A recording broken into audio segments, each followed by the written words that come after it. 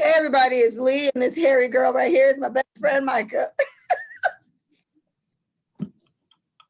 Big Mike in it.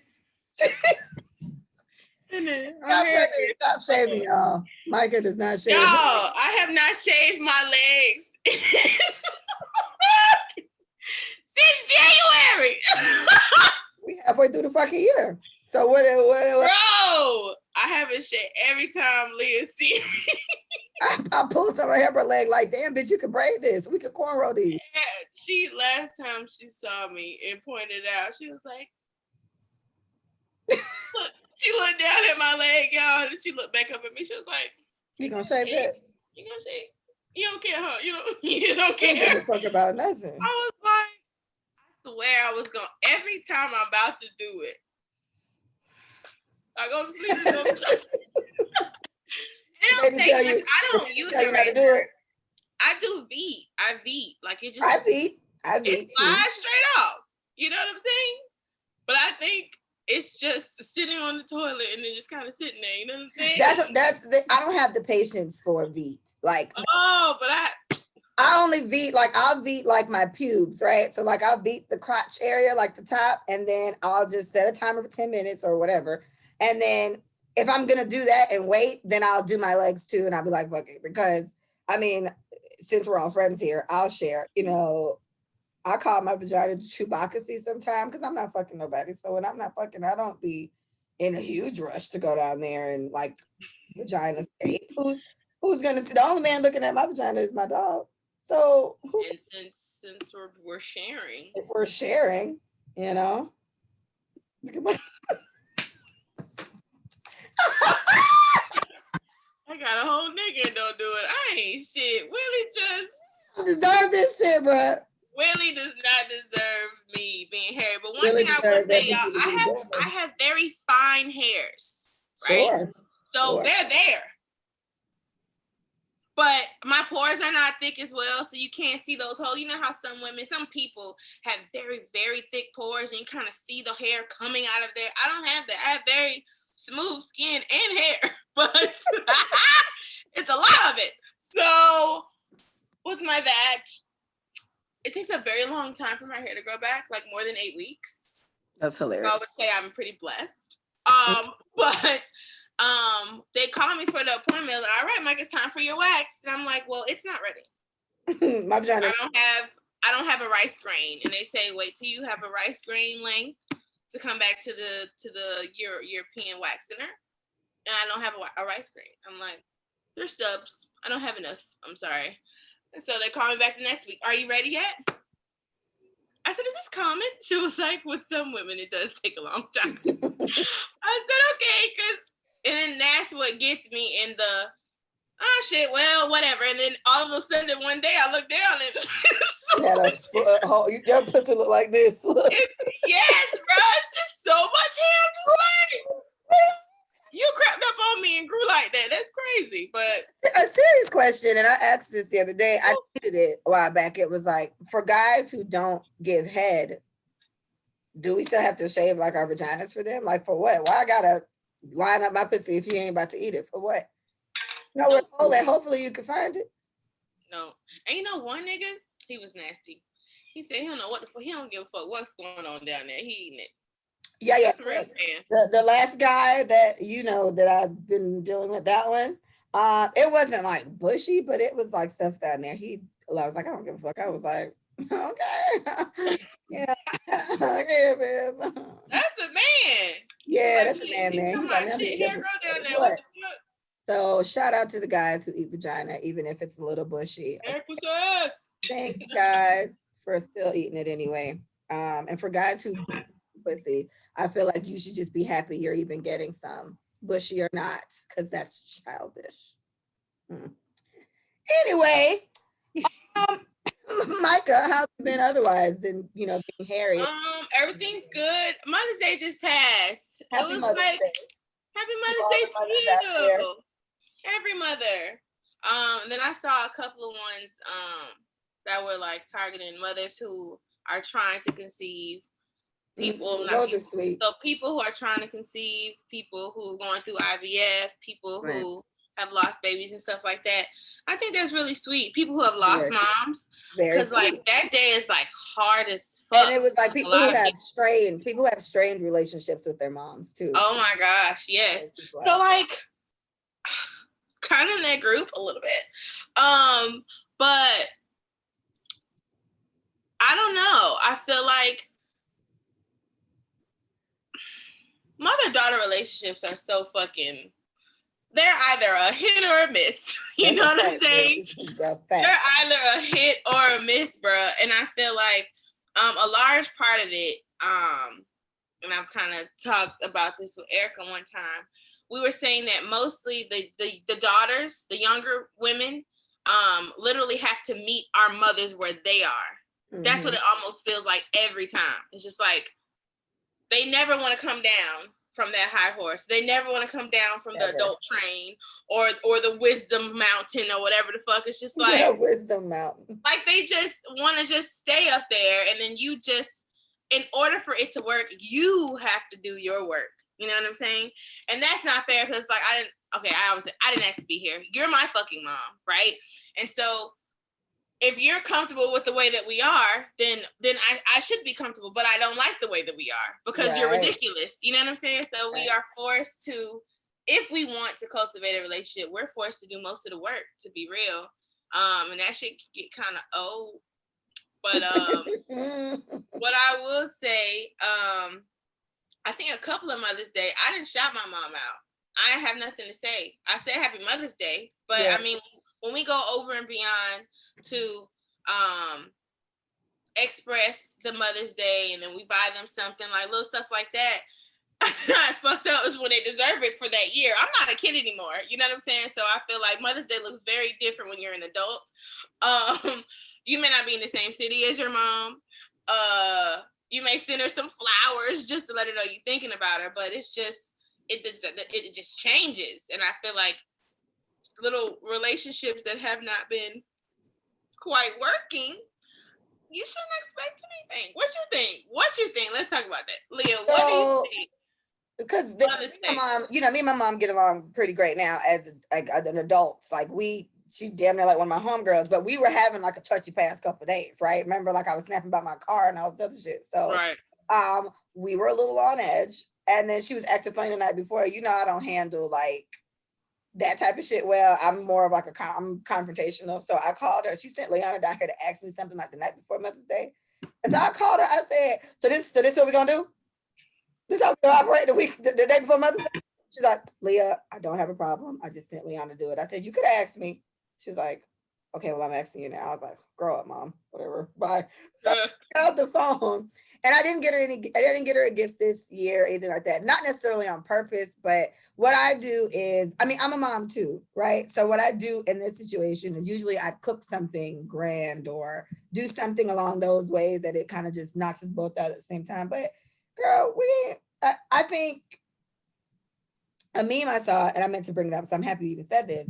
It was on Mother's Day, or the day after Mother's Day. And this guy was like, I wish I would have screenshotted. It was like, parents have a tendency to make it seem, he doesn't know where people get the notion that the parent and child relationship is a 50-50 road. And both people need to, do all this extra effort to make it work. He was just like, as a parent, you should be doing more to make sure your relationship with your child is solidified. And yes, as adults, things get a little different, but it's like, that's like me expecting my 8-year-old. I have an 8-year-old, and it's me expecting my 8-year-old to put in just as much work and effort to make sure our relationship is good. I'm her fucking provider. I'm her mother. Like, it's my job to make sure me and my kid have a good relationship. And I would even say the same as it gets older. So I definitely think you should treat people as their sins deserve. Shit. Like, if you ain't really got shit to say to sis this year, right, I'll fuck with you. That's it. I agree, and I don't like forcing things. I don't like ingenuine. I don't like ingenuine energy. I don't like the space. I don't like just because it's your fucking birthday.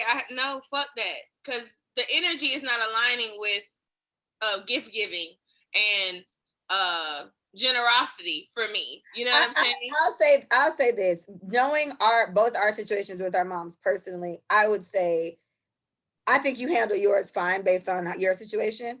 And with me and my mom, because me and my mom's situation is different. I always try to, we care about birthdays a lot. So birthday is like a different situation. But Right. I would always try to make her feel celebrated in that instance. But it's because of the relationship we have. Like she gets catty from time to time, and I almost just disregard that shit as my mom just being childish this month. And so that goes to what you were saying about Erica, where it's like once you hit a certain age, it's almost like you're the fucking adult in your relationship parent, and it's aggravating. But for me, I don't necessarily mind. I just be like, well, shit, I'm basically the fucking adult. You live in my goddamn house. I'm paying all the motherfucking bills. I guess I am the mama. So in that case, I don't really trip over it. But yeah, so I think just in general, people feel the pressure of having to do stuff for people in their family, especially their moms, and especially Sasha posted that. Shout out to Sasha. Sasha said, I accidentally didn't post a long post on Instagram and told my mom Happy Mother's Day in person. My bad. Like I made a mistake. I didn't post a long thing. My mom ain't even got Instagram. I posted a picture of me and her, me and my kid, and me and my sister, and I was like, me and my mama and our kids. Happy Mother's Day, all the mothers. Yeah, but I don't give her no Berto said, hey, Mama Micah. Hey, Berto. But yeah, I didn't give her no long essay because at this point it didn't even. Yeah, but like that's what I'm saying. I feel like hey, Mom. All these days kind of bring up a whole bunch of different emotions for different people for different reasons. So I feel like it's kind of hard, obviously, scrolling and watching how amazing some of these relationships are and how these pictures are portraying it to be. And that could just be for sure because today is Mother's Day. So let me shout my mama out. And let me say something profound because whatever. But I'm like, I'm not doing that because I don't feel that. You know what I'm saying? And I'll write what I feel. And that's what I do. So, I don't know. Just whatever the relationship is, I always say you're not stuck to family regardless of who the fuck they are. Because whatever they did to you, whatever is going on in your relationship, it needs to be handled accordingly. Just because they have a title doesn't necessarily mean they get to bypass and fuck you over and over and over and over. That's just not okay. Whoever they are. Yeah, I don't that yet. Just because no, your mama steal from you, but that's your mama. You gonna let her keep? No, f that, mommy. You got what's them hands called? Spirit. I don't know. Spirit fingers. Oh my gosh, they call thieves. They said they have some type of hands. Sticky fingers. Sticky fingers, yes. Mommy, you always stealing. You can't come to my house no more until you get rid of your addiction. until you confront your demons. Until you confront you can't come to my house no more. Can't come up in this Every bitch. time you come over, I'm missing a wine. Yeah, I don't like that. And that's stealing. Fuck that borrowing shit. I bought this wine glass and I bought that damn iron. Do I come to your house taking shit without saying stuff? That's crazy. My mama does not steal, by the way. I'm not talking about my mother. Yeah, she's not talking about her mom. But anyways, yeah. So I just thought that was happy Mother's Day to all the mothers. Still, Father's Day is coming up soon. Father's Day, I remember that's going to be around our 2 years. It's going to be 2 years of the podcast. Okay. So we're coming up on 2 years of Let Us Say It before you shout out to us. Whoop, whoop, whoop, whoop, whoop. Yeah, Juneteenth. Juneteenth is our 2-year anniversary. So it's going to be a Juneteenth celebration and the 2 year for the podcast. So shout out to us. Fuck it up. Oh, 2 years, let's say for you. All right. I want to do a couple shout outs. I would like to shout out the class of 2021. A lot of people are graduating right now. Shout out to Misha. Misha's degree. Why is my dog upset? Well, you can faintly hear it. Mia's here. No, Mia can't. Yeah, so shout out to the class of 2021. Shout out to Misha. She graduated with her master's. Shout out to all the high schools. Shout out to Cam. He's my nephew. Cam just graduated pre-K. He's going to kindergarten. Very proud of him. So shout out to everybody, the whole class of 2021. I don't know how graduations are looking. I don't know, like, are high school kids getting prom yet, or they still can't have prom? They still not having prom and stuff? So I know in West Virginia, Keisha's little brother is going, they have a time slot to go to prom.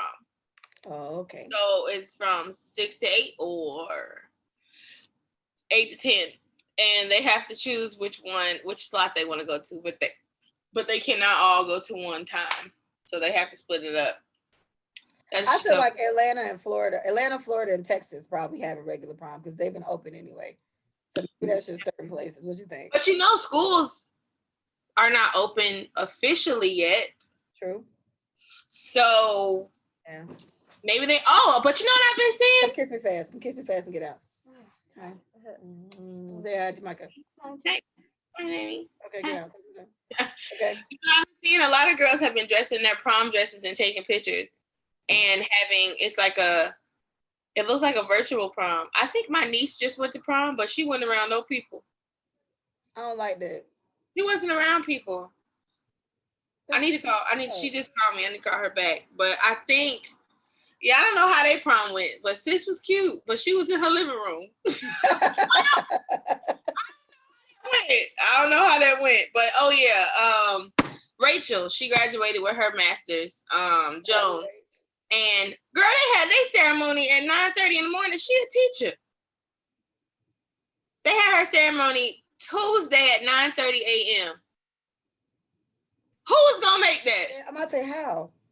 Why would they do that? Misha's was Monday.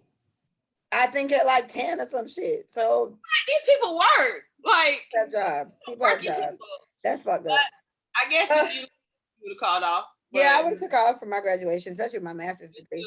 So shout out to all the 2021 graduates. You guys have accomplished such an amazing feat, especially during such a weird time. So be proud of yourselves, no matter what your degree is or what level of it is. Shout out to the 2021 graduates.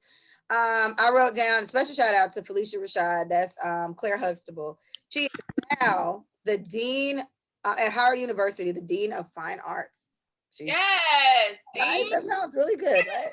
Go get back to the community. Get back. So, and it's always so funny because no one ever remembers that nobody ever realizes that her and Debbie Allen are sisters, but it's like they're actually sisters. They are. Put them next to each other, they look alike, but I would never make the correlation that they're family, but they are sisters. Yeah, they're both amazing women. Amazing. Oh my God.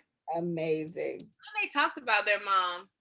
Yeah, I saw something about that. Them shouting at their mom or somebody saying happy birthday. Their mom passed away or something like that. Yeah, it was very sweet how they talked about her way and how she was and how they were raised. That was so cool.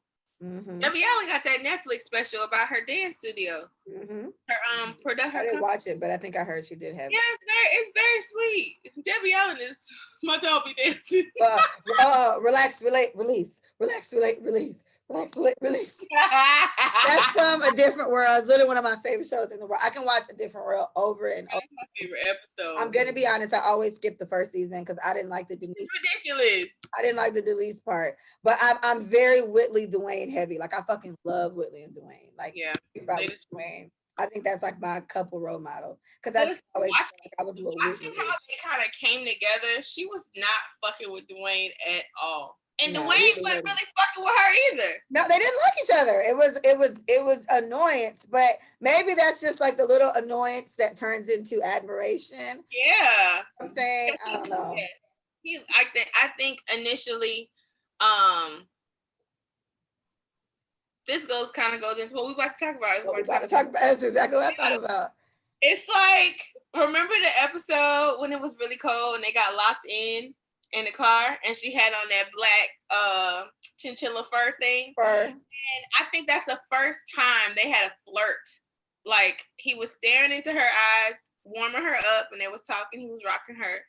Wait, that you mean when they went on not when they went on the trip? You said in a car? They was in the car. Yes, they was in the car. Okay. She had that black. And remember, he walked her once the storm went away. Yes. So then. So then when he was, she was like, she's so fucking dramatic. So they walked in the storm, and then I think she was getting ready to do something, but he fell asleep on the couch and she gave him a kiss on the cheek. And I think because they kissed in the car during the storm, I think that started all that shit. But it's just like, I don't know. I think, and they were so opposite, bro.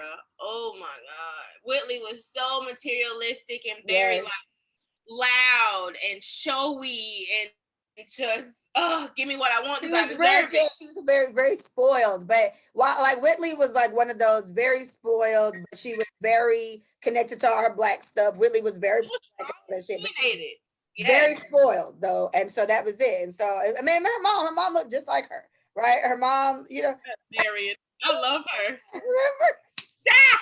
And that's why the guy Papa Pope on Scandal, he was Byron on God, love that man. and so he's literally, I don't care what fucking role he plays. I call him Byron every time. I call him Byron. He was handsome when he was small. He was He's not all right. yeah. But he looks the same though. You don't think he look exactly the same? I mean, he's big. He look chubby. Like he like a papa. You know what I'm saying? Like he got that. He's just full. He look full now, but he does actually look. He does look exactly the same. He does. All right. Well, so I guess we'll try on to this. So Micah gives me advice on dating, and I wanted her to do it on the show today because I just feel like y'all got to see the way this girl look at me and the shit that she says when she's listening to me complain or not about what I got going on.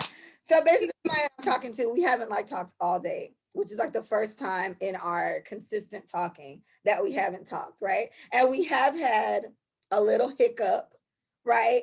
And I was just like, man, what I gotta do now? Just throw the whole nigga away? Like, I don't know what to do. So Micah's trying to explain to me that that's how these things happen. This is what dating is like. And it's just like, so I told her before the episode, I was like, Micah, we ain't talked all day. She was like, oh, okay, nigga. And I was like, yeah. And then I guess technically I'm the last, like he wrote me last yesterday. Like I flirted with him. I said something a little sexually related. And Michael was like, oh, that was slick. And I was like, yeah. I was like, so like, what should I do? So Michael was like, you're not gonna text him and say what's up? I was like, should I say what's up? Like, I don't know. At this point, I don't know what to do. I'm out of my element. I don't know. So Leah's an extremist when it comes to certain things. Either she gonna go all the way to fuck left or she going all the way to fuck right. It's not, ain't no gray. Look, ain't no this. Yeah, it's black or it's white. You see how that works? The shit is not gonna happen, okay? In this situation, Leah always, in situations like this where I feel like the guy starts doing some shit he ain't did before, Leah's like, fuck it, it's over. Like literally. The first I run right to Micah. I'd be like, Micah, it's over. And that's it. And she just goes off of why she thinks it's over. And I get it, you know what I'm saying? But it's based on consistency, especially if you're a person who loves communication, loves constant communication. She loves constant communication. So in this situation, you don't text me good morning like you usually do. Or you don't hit me up all day like you usually do. What the fuck is I'm automatically assuming the worst. This shit over with. So this is what I come in. Throw the nigga away. So my thing is, all right. So I think I'm not gonna say niggas is dumb because that's mean. So I'm not gonna say that. They're not the brightest. I would say men have a tendency to do things that they can't keep up with, right? Even the guys that like you a whole lot, there's gonna be a day where that nigga is not gonna text you good morning for whatever reason. And there's gonna be a day where it's gonna be all day before you hear from him, right? And I think the people who really like you, I feel like deep down they're hoping that it doesn't change anything because they have a very valid reason for whatever the fuck they were doing. Right. But little do they know, unfortunately, no one trusts anybody. So let's just be real. Nobody really trusts anybody anymore. And I feel like the moment you do some shit, automatic shade. I'm thinking shade. I'm thinking you was just fucking this girl. You was just fucking this girl. You was fucking her. I know you were. And then, or you want to date, or she's still there. Like we just think the worst. And so my job is to my job here. And so for this situation, I said, so you're not gonna text him. I hope you had a good day. I started dying laughing because I know she wasn't fucking do that. But should I text him? You want me to text him right now? I'm like, I personally feel like, and me and Leah has actually done pretty good with this. Thank you. you miss somebody, text them I miss you, regardless of the. If you want to talk to them, hit them up, call them. Leah has done that, so I'm not saying Leah's just like, oh, I will not speak first. Like, she's not like that. And the brief intermission, we literally just had like a major enough disagreement for us, like for me to almost be feeling like, damn, maybe we're not compatible. Right. Yeah, it's over with. So, and to me, I didn't cause this problem. It was him. It was him and his impatience or whatever. Yeah. So I feel like, what the fuck am I running behind? And even after that, I texted, I missed you because I did, and blah, blah, blah. So now I just feel like, I mean. No. So this is what happens. This is what I think. You do what you do because you want to actually do it, right? Not because of the way the person is responding, not because of what the person is going to think or what's going to happen. You do it because you want to do it. Cool. That's how you not play games in relationships. That is not a game. That's the truth. And she said, Micah, I'm sick of these fucking games. I was like, listen, it's not a game. That's who the fuck he is. That's what I feel. And to me, that's sad. And that speaks louder about him. But I think we are also, when we're dating, everybody's so caught up in you not finna get me and I ain't finna be looking stupid and you ain't finna have me like everybody's trying to duck what it looks like to be a duck. And I feel like nobody's feeling and nobody's doing what they want to do. So I applaud Leah when she does things that she normally wouldn't do, because I'm like, okay, that's exactly what you're supposed to do. Okay, cool. Just like him and like him the way you want to like him, because all them games and preventing yourself from texting, preventing yourself from calling, that's actually more energy, to be real, than just doing it to get healthy.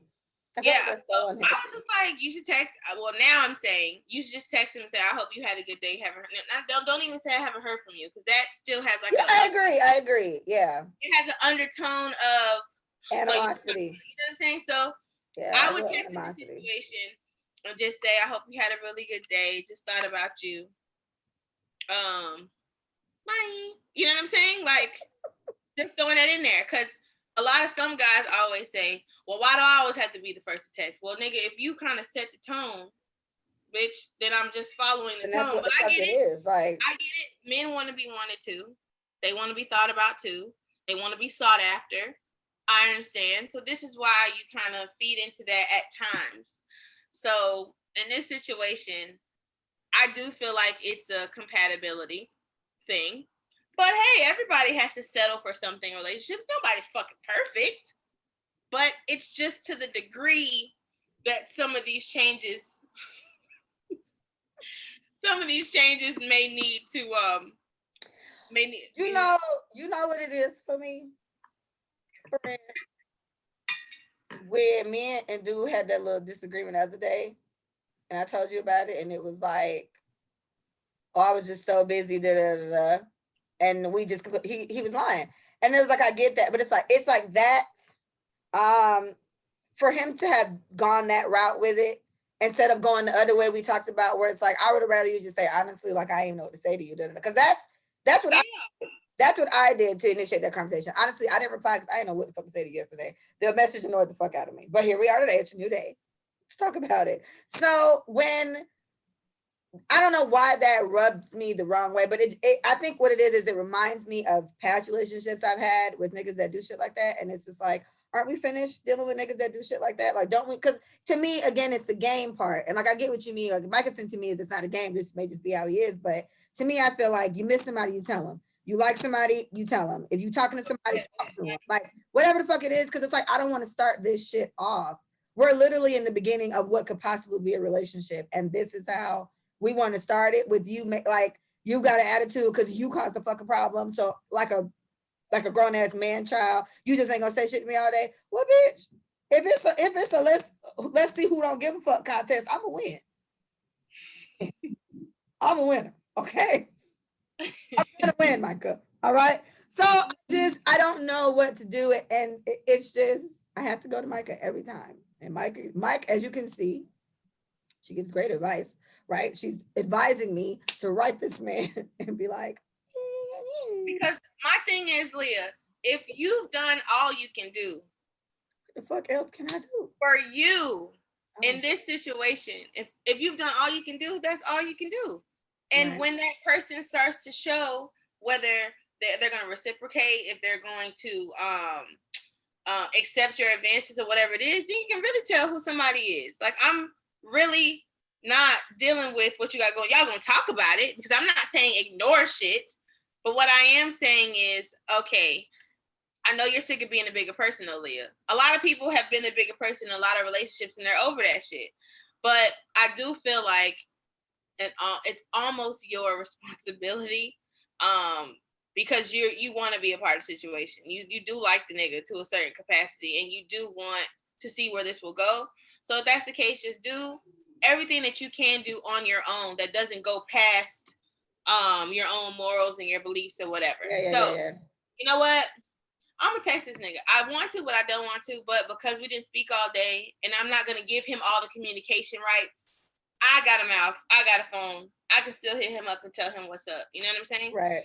So I would do that, and then based on that, like I said, some of these shits just start dwindling, and then you don't gotta say shit at all. But they just do that on their own, and that's another part of dating too. And so when you know, it's like, oh, okay, cool. Well, shit. Next. The fuck? Like, a bitch ain't hurting over here. You know what I'm saying? I feel like just so much. Like, my God, it's annoying, but that's getting people out the way. Like, well, here's what I say. Yes, I'm tired of being the bigger person. But I won't say that exhaustion doesn't necessarily translate to this situation. Yeah, exactly. Yeah, it's not. It's more so in the friendships and the shit that whatever. So in that area, yes, a bitch is exhausted. But in this area, not so much. It's just, for me, I guess what's not even irritating me is being the bigger person. It's just like, I want to be in a relationship with another adult, and if I feel like it's not adult type shit that we on, then I'm gonna have to stop fucking with you, because I don't know how to operate otherwise. So that's what's gonna rub me off or rub me the wrong way. Let me tell you this. I got a friend, and so do you. Her man is not emotionally mature. And they're not dating, they're together. I'm sorry, sis. So in this situation, when you have someone who's been through relationships, who's been through ups and downs, who's been fucking abused verbally, and not really boundaries have been crossed, things like that. You got so much relationship. What is it? Oh God, that's crazy. Yeah, you gotta direct me out. I don't know. So okay, so now we're gonna play taboo. So when you have experience, bitch, that's it. You have enough relationship experience to know what you don't want, what you don't want out of somebody. Yes. So that's better for you when you date. But then when you find somebody who's still loving to argue at the highest tone, and they rather hang up on the phone than finish a conversation, they rather cuss you out than really figure out the problem. You're dealing with somebody who's not emotionally mature for relationships. He has no emotional intelligence. Those two are not going to work because they're on two different levels. So that's what I'm saying. Like, for men and for women, even the girls who call you, and this is no shade, the girls who call a guy 30 times but he don't answer the phone, they're not together. Right? Not together. I'm gonna call you 30 times. When you finally answer the phone, the first thing I do is I question you about what you was doing. Right? Mm-hmm. Damn nigga, what the fuck? I mean, off the rip, the first thing come out of her mouth. Damn nigga, what the fuck you was doing? Apparently she's on speakerphone and his mama's right there because he just picked her up from the hospital. Now you look crazy as fuck because your ass don't know how to rationalize your fucking feelings. And because you're emotionally immature, and you don't know how to handle certain situations, you don't trust anybody. Like, all of that stuff has a lot to do with how people have relationships. So I feel like when you find somebody like that, if you can talk to them about where you're at and what you're trying to expect, and hopefully you can have a very mature conversation about where they're at, then I think there's hope. But if not, that shit ain't gonna work, bro. Because like you said, the way that you communicate, we talking about this shit. We don't gotta talk about it now. You can cool down. You can call me back later. But we definitely got to talk about it. Because we're not gonna pretend. And to me, I feel like this is almost kind of like where me and dude are at a little bit still, because it's like there's still weirdness there. You know what I'm saying? And now what we do, we just gonna just put a band-aid over like a dirty ass scar and just let the shit fester. And it's not helping because the bitch going out of town. So I'm gonna be out of town with Big Booty Christina, just having the time of my goddamn life. No, I mean, you told my husband from Texas, so I'm literally gonna be up there like, hey, husband, be quick, okay? I got 3 days. All right, well, that's Mike and her dating advice. We'll give you guys some more. Otherwise, I've got a lot more comfortable with going on dates with people. It's still a little creepy, but whatever. I guess this is life. Life is just scary. That's just what the fuck we're supposed to do. We just meet niggas at restaurants. Like it's too much, but whatever. This one guy been trying to take me on a date for a really long time, and I feel like I'm gonna have to give in and just let him do it. He's a cute guy. I don't know why I don't want to talk to him. I don't even know. This is how I know I'm just not interested. Like, oh, so I'm telling my cousin. My cousin in Jamaica, right? The one that's in school, the one that's a doctor. So she was like, she sent me a voice note. She was like, "Hi, cousin. So I just want to tell you something. So I met this guy on here. He's a very nice guy. He's very handsome. He's Jamaican and he lives in Tennessee." And I'm just like, okay, what about him? So she sends me his page and everything. Apparently he's seen me. He thinks I'm so fine. And so I'm looking at him and I was like, he ain't really my type. He's kind of short. He a little lighter than I like. I like him a little darker. I don't like them high yellow dudes no more.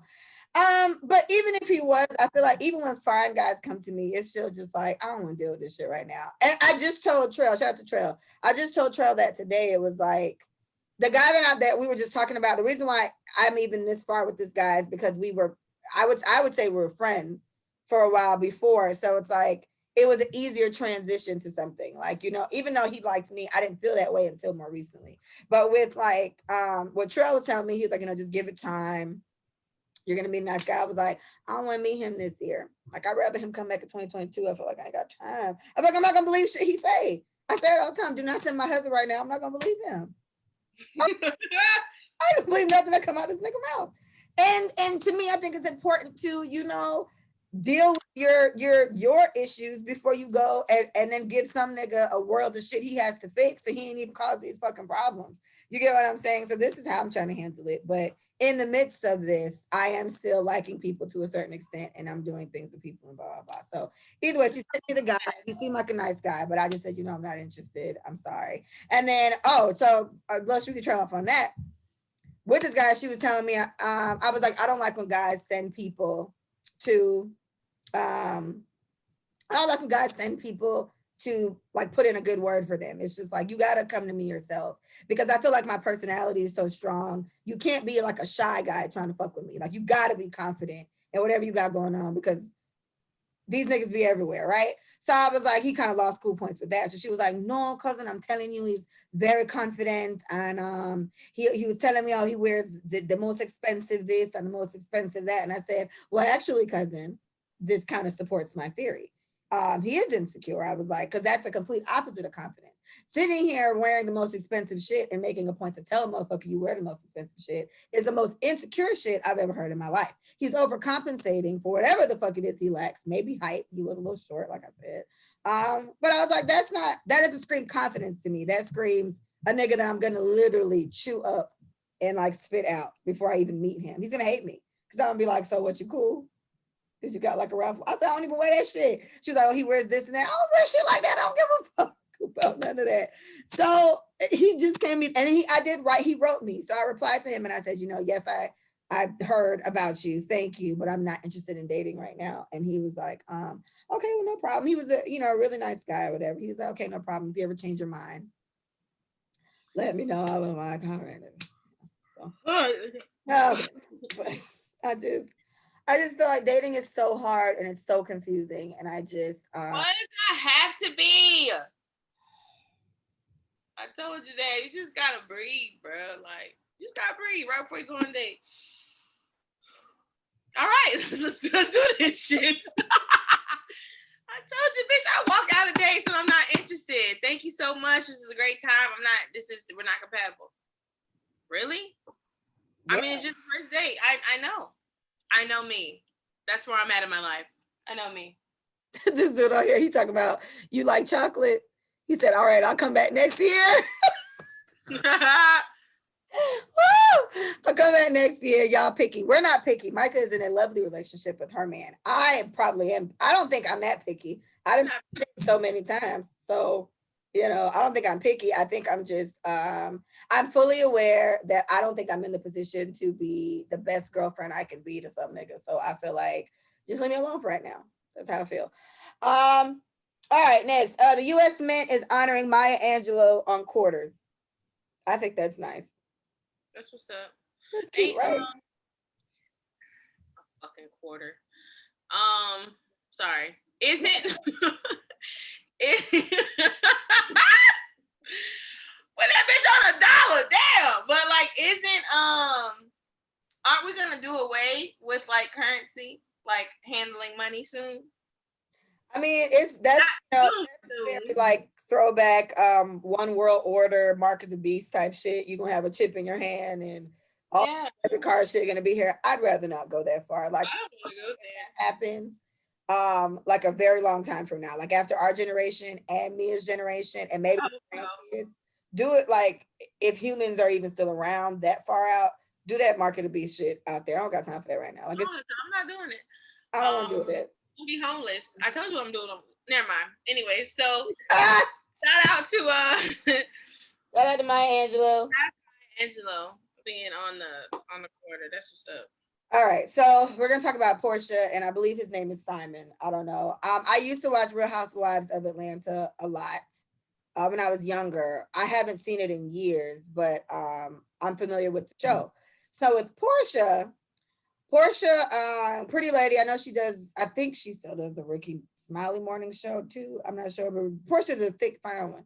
So Portia is apparently engaged to her ex-friend's ex-husband. I'll repeat it again. She's engaged to her ex-friend's ex-husband. And apparently she's had social media in uproar. And shout out to Jones. Jones is like, we got to talk about it. So I don't know how they fell out. I don't know. From my understanding, Portia brought the guy and his ex-wife on the show because it's her homegirl. So she like kind of had, I don't know if she was the actual cast member or if she was just kind of like Marlo. I don't know if Marlo's a cast member by now, but Marlo been on the show for a long time, but she's never actually been a cast member. And so she may be now, like she may have her peach now. That's like the thing, but whatever.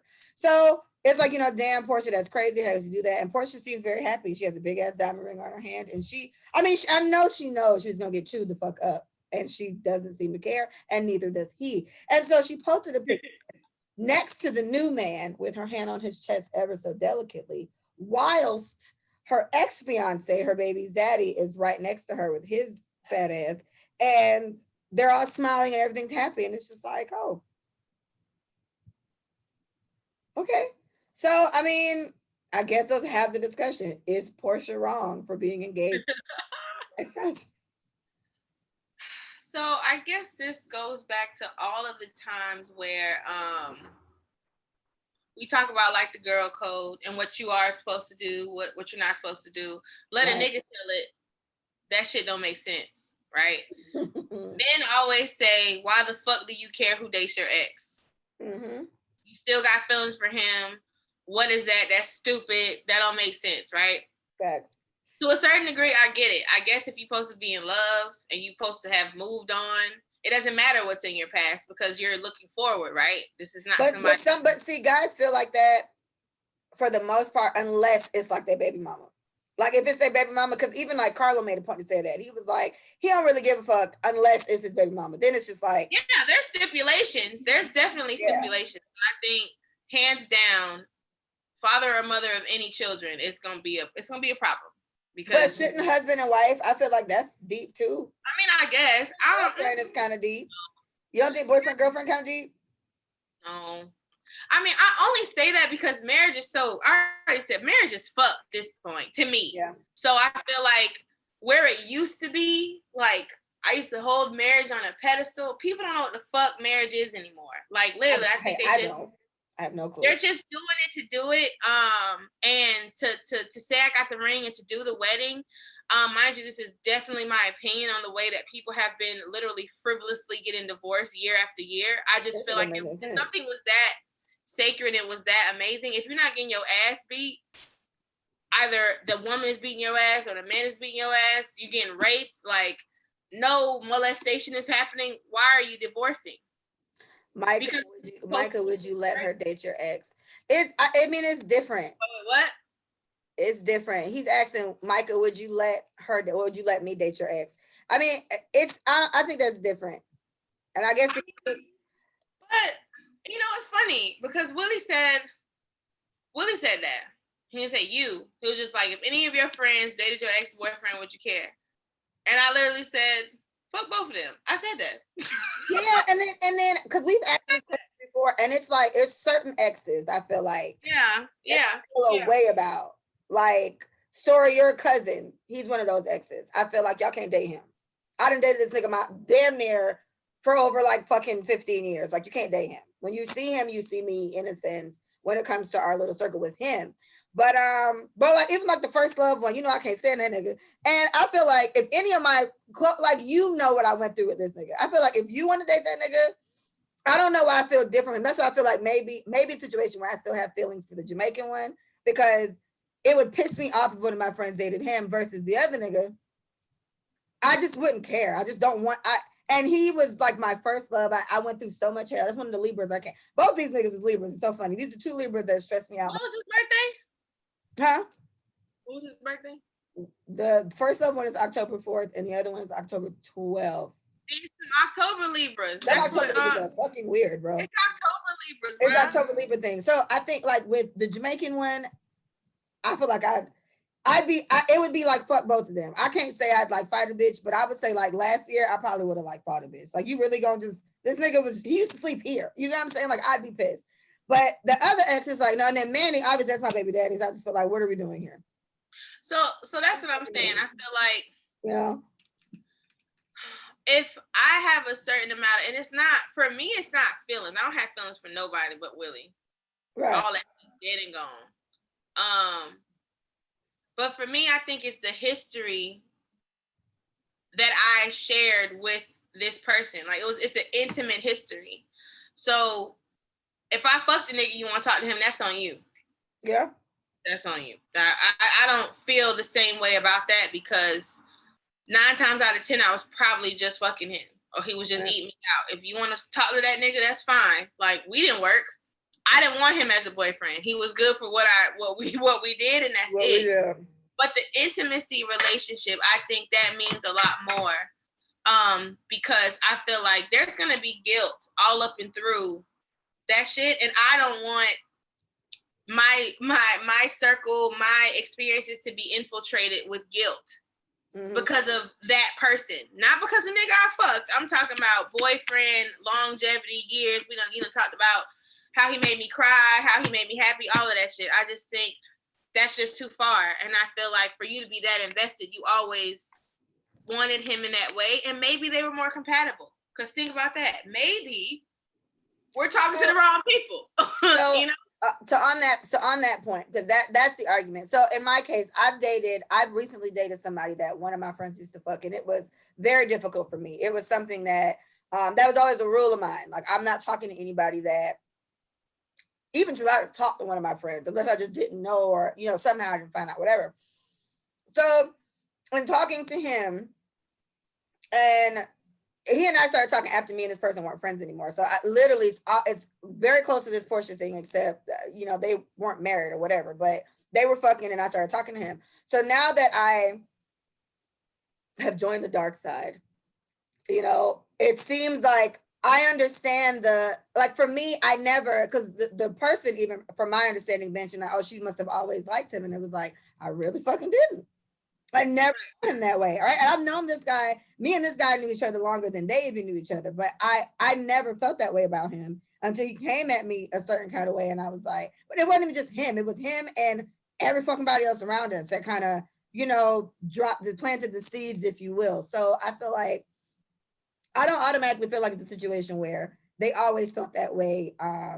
They always liked him or wanted him or something like that. Right. It would be difficult for me to I couldn't date Terry. You get what I'm saying? This is like an ex. I can't, especially I know everything you went through with this nigga. Like we dated terrible niggas at the same time. So to me, it's like I couldn't do that. I wouldn't do that. Right. I don't know, but I don't think it's always a case where somebody has liked them this whole time and they were just waiting for their opportunity to sneak in and fuck. Oh yeah, but guess what? You and dude did not hang out ever. Yeah. True. So let's throw that in there. Like y'all weren't friends. We would see each other, we'd hug, but y'all weren't friends. So that doesn't count for your situation. People who have been up under me and my nigga for years, watching me and my nigga for years, and then we break up and you go with my nigga, what the fuck does that say to me? Yeah. You know what I'm saying? So that's in certain situations, some of that shit be like, huh. But my thing is, niggas try everything. So I'm not putting it past that this man was done with this girl and was like, man, Portia always fine as fuck. Right. No, damn. I think I'm gonna see what's up with her. Her and her nigga ain't blah blah blah. I'm finna see what's up with that. And he tried to talk to her, and she was like, "Fuck it." And just like that. Like she got a thing for like big black, not that attractive. Dad, she feels secure. Because Cordell, I think his name was her first husband. He wasn't ugly, but he wasn't fine. And then this last one, same thing. He not ugly, but he not like men who adore her. Not fine at all. Yeah, she just likes men who adore her, and they have a lot of money. They take very good care of her. Like this one. So she's a trophy wife. She's the look at me. I make you look good. So men who usually can't, not that attractive, fall for very beautiful women because it's like, oh my gosh, she's mine. Like this is mine. Yeah. But yeah, so there's different instances. I say, people being around your nigga, then all of a sudden we all break up, then they're together. That's fucking weird. But that, like I said, goes to show you a lot of niggas don't care who they talk to. They'll talk to your sister, they'll talk to your cousin, they'll talk to your mama. Like they don't care. They really would. If I ever come in here and see one of my exes talking to my mama, I'm feeling kill everybody. Like that's so fucking, that's just what is this? What is this? But yeah, so in their situation, yes. Code wise, she is wrong. They fell out, so technically they're not friends. So there's that gray area. There's that gray area. Does that still count? If I don't fuck with you no more, can I talk to your nigga? So that was something that in the midst of me talking to the guy that used to fuck with one of my friends, me and the girl aren't friends anymore. And that was the point like Christina made up. Christina was like, so you gonna really sit here and not talk to somebody that could legit be your nigga over a motherfucker you don't even speak to anymore? And I was like, when you put it like that, Christine was sitting right here too. That's so funny. She was sitting right here when she said it. And I was like, I mean, when you put it like that, damn. It's just such, and then, I also want to make a point.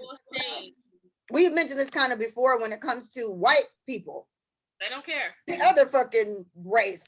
They like literally, let's say it's me, you, and two niggas. It's like they all interchangeably date through college, and that's just normal for them. And they don't give a fuck. And it's like they'll be married now, but oh yeah, I used to date Timmy freshman year in college. It didn't work. Oh my gosh, him and Micah were a way better bet. And it's like that's just fine, and it just seems normal. So that's something to say too. White people don't let that shit. They're loyal, but white people's loyalty is very different from ours. Clearly, so it's a little different. Yeah, they set up a little different, but they do that all the time. No problem. Nobody's mad at anybody. Everybody just moves on because it is what it is. And I mean, they talk behind each other's back. That bitch is fucking John again. Like they probably do that, and then they'll probably be so happy. It's just fucking John again. Fucking John again. And then she comes around. Oh my god, hey girl. So nice to see you and John. Look so cute on Instagram. Like they're just fucking whack. They're just fucking. It's ridiculous. That reminds me. Hold on, brief intermission. This meme I saw. Natalie sent it to me. This black girl. She was like, "I am not giving homeless white people my fucking money, bro." That's so funny. Steal a whole country. So how you steal a whole country and you still broke? Maybe you should steal another one. White people are whack. Y'all fucking whack. I was done. So funny. Hilarious. She went that was hilarious. But yeah, so that's true. White people seem to have a very different. And maybe not even just white people, just because there's black people that feel that way too, but there does seem to be more of a code with us urban folks, if you will. But it's just weird. Like I said, they fell out. So I don't think it holds the same weight. Y'all don't have to go to the same birthday dinners. Y'all don't have to be in the same vicinity. Y'all Is she still on the show? That's my question. Because I haven't watched Real Housewives in a while. I don't know. The show, this is definitely a storyline. Yeah, but if they fell out, like I said, if you are okay, boom. You somebody that I used to fuck with real hard and you knew me and Terry, whatever. I don't fuck with you like that no more, clearly, because you're not around. And then all of a sudden, I hear that you fucking Terry. I'm gonna be like, oh, that's funny. Fuck her. Like, no, fuck her. Yeah. And then I would then tell Terry, I was like, I mean, this doesn't surprise me coming from you, because it wouldn't. And then I would be like, fuck you too. You know what I'm saying? So it's like, wherever I am in my life, obviously I'm happy and I don't give a fuck what's riding that dick. You know what I'm saying? So it's like, it's just a principle. Because I feel like that would be my response to the Jamaican one. It'd be a fuck you, but I'd be mad about it. And this would be a fuck you. With the other Libra, it'd be like, I mean, I guess if there's right. Yeah, like I it would be just so ill. Like, I don't know why that nigga aggravates me so much, but everything about him is bad. So that wouldn't even be whatever. But with the other one, I know I'd be mad about that, but that's kind of the extent of it. It'd be. But you have feelings for him. Yeah. You know what I'm saying? So think about it. I feel like with him, I'm gonna. But that's the thing. Like, I feel like how I feel about him today. I'll always feel like that about him. I've known him for so long, so it's just like I feel like that's how it is, because we haven't been together. We don't even talk. We don't speak. So it's almost like I'm always love you, but I'm just never going to date you ever again. Like, we're never going to be able to be that way. This is what I said. Maybe he and I could be friends one day just because we have so much history, but it's, there's various reasons why I never date him. So to find out that he's like fucking one of my friends, it'd be like, all the bitches in Fort Lauderdale, nigga, you come this close? Like, this is where you want to come? A bitch that I talk to, and if the bitch I don't talk to now, then it's like, well, I don't talk to him either. Like, you and Terry's still cool. Me and this nigga not cool like that. Right. Now, it is a situation where I feel like if he called me and needed me, or I called him and needed him, I know I'd help him. I feel like he would for me too, but we don't speak. So you find out technically it's two motherfuckers you don't speak to at all. Now you found out they're a thing. It'd be like the same thing you said, like, it's different if you're cool with him. Like, you and Terry cool enough. So him fucking up y'all friendship altogether. It's like, nigga, damn. Yeah, and I think I would have something to say, and then I would just be like, because me and Terry have talked about this even before, and he was like, I'm fuck whoever I want to fuck. Like, he said that to me. And so I was like, okay, fuck you. Once again, fuck you. Lay it all out for me. You know what I'm saying? And so my thing was like, I even said, like, if I fucked Ken, would you care? So I don't give a fuck. That's what he said. That's his nigga. That is his Leah. Yeah. You know what I'm saying? Like, that's his nigga. I said, if I fuck Tyler, you would care? I don't give a fuck. Fuck who you want to fuck, man. That's you. Like, girls, they do the shit they want to do, whatever. My dogs, they finna be, like, I see not gonna be mad at Ken. He said, for what? He got some pussy, didn't he? Like, shit, nigga, how was it? Did she do it like this? Like, that's what he said. So that's the type of the ex I got. So I feel like in that situation, he would say, he was like, I don't remember him saying, I was like, if you ever talk to anybody that was super close to me, I'd be so mad at you because I just don't understand. Blah, blah. He was like, for what? Like, don't go together no more. You done moved on, blah, blah, blah. Like, why the fuck does it matter? And I'm just like, it's the principle behind everything. He was like, it ain't gonna change shit. And I was like, okay, but like everything that he said, it was literally just like, I don't give a fuck. I'm going to fuck who I want to fuck. I don't think he would. I say I don't think he would because when we had the podcast with his friend Bree on it, the reason why I don't think he would is because and maybe because it's me and it's different. Like, I know Terry wouldn't try to fuck me. So it'd be a situation where, like, he said to me, he was talking about Bree, and he was like, Bree is like me, except he gonna try you in ways I wouldn't try you. You get what I'm saying? So this is why I feel like Terry and I are fine. He wouldn't try me like that, but he's like, but Bree will, and he does. So because this nigga knows okay, so that's what I'm saying. I am not putting it past him. I'm not putting it past Terry. Yeah, I got you. I'm not. But if the times aligned, and If the wind blew the right way. Y'all was drunk. Not him, obviously. Oh God, that's even worse. Y'all was in a vulnerable situation, and that shit happened. He would fuck you, and so that's my thing. I do feel that way. And this is just based on what he told me. I can't, You can't assume. Like, you got to just go with but yeah, so, and this is the same nigga who doesn't mind if I do that to his best friend. He doesn't care. Anybody could fuck Ken right now, and he would not feel anything. And that's what he says. Do I think I believe? I was like, you're fucking lying. I don't believe you. If you want to go fuck Holiday, I'm like, oh wow. So that's what Cordell said that too. There was a situation where there was somebody that he was talking to. This is like a couple of years ago. Oh, I remember. Yeah, and he brought that up. So he was like, and Cordell's logic is niggas act like they don't care, but they be caring. And it was the girl that he was talking to. He found out in the midst of talking to her that it's like, okay, me and you are friends. And I'm talking to Tom, and Tom used to talk to like one of your homegirls, Amanda, that I don't even know like that, but she's been around once or twice because you brought her around. We best friends. And he didn't used to fuck you, but he used to fuck your friend. And so Cordell felt like, now this is too weird. I was like, well, that's pretty far removed. And you already like this girl now. Y'all been talking for like 6 months. It just came up because I think you must have mentioned this. He must have mentioned his name or some shit. I don't know how. And he's like, nah, man, I can't fuck with her like that. I was like, I mean, okay, I guess. But his logic is niggas act like they don't care, but they be butthurt. They be so butthurt that you fucking with blah blah blah. Like Manny are very, because Manny is upset no matter who try to talk to me. If you know you even a little bit and you try to talk to me, it's like, but it's my baby mama, what you doing? Like Manny, he doesn't like that shit at all. And to me, I can understand that because I feel the same about him. It's like, go fuck with somebody else, baby daddy. Why you gotta pick mine? Why you gotta pick mine? It's weird. Oh, you get what I'm saying? That's weird. And honestly, I'm gonna speak on behalf of Micah and myself. Anybody that for whatever reason decides to fuck somebody we used to fuck with, I feel like you setting yourself up for the okie doke. All my ex niggas love me, so I don't know why you'd want to constantly be in a situation where you're around, especially if we cool in some type of way.